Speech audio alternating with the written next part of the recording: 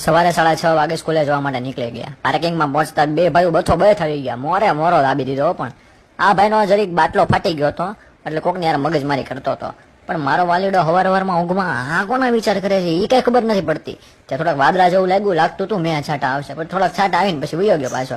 આજે પછી વિજ્ઞાનનું પેપર હતું તે આ બે ભાઈઓ ડીલ કરતા હતા વિજ્ઞાનના પેપર બાબતે, કારણ કે ચિંતા તો હોય જ. પછી અમે 12:30 વાગે છૂટી ગયા. આ બે ભાઈઓ કરોડો રૂપિયાની ડીલ કરતા આવતા હતા. આ બધા વેપારીઓ છે. ઓ તમને ન ખબર હોય કહી દઉં.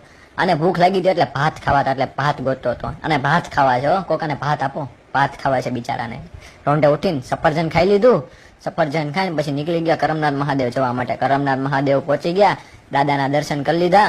પછી રાખની ભભૂતિ લઈને કાને લગાડી દીધી, કારણ કે ભૂલચૂક તો માફ કરાવી પડે ને. શ્રાવણ મહિનો આવતા જ મંદિરમાં એટલી ટ્રાફિક થઈ જાય ને કે દર્શન કરવા હોય તો આપણે વારો લેવો પડે, લાઈનમાં ઉભું રહેવું પડે. એટલે પછી અમે બધા નીકળી ગયા ઘરે જવા માટે. મારા કલેજાની યાર, મારા કાળજાને ગટકો. પછી આજે શ્રાવણ મહિનો હતો તો એક વિડીયો બનાવી લીધો ભોળાનાથ ઉપર. પછી 8:15 થઈ ગયા, વાળું કરી લીધું ત્યાં. પછી ઓસમાન મીરનો શિવ તાંડવ સાંભળી લીધો. મજા આવી ગઈ.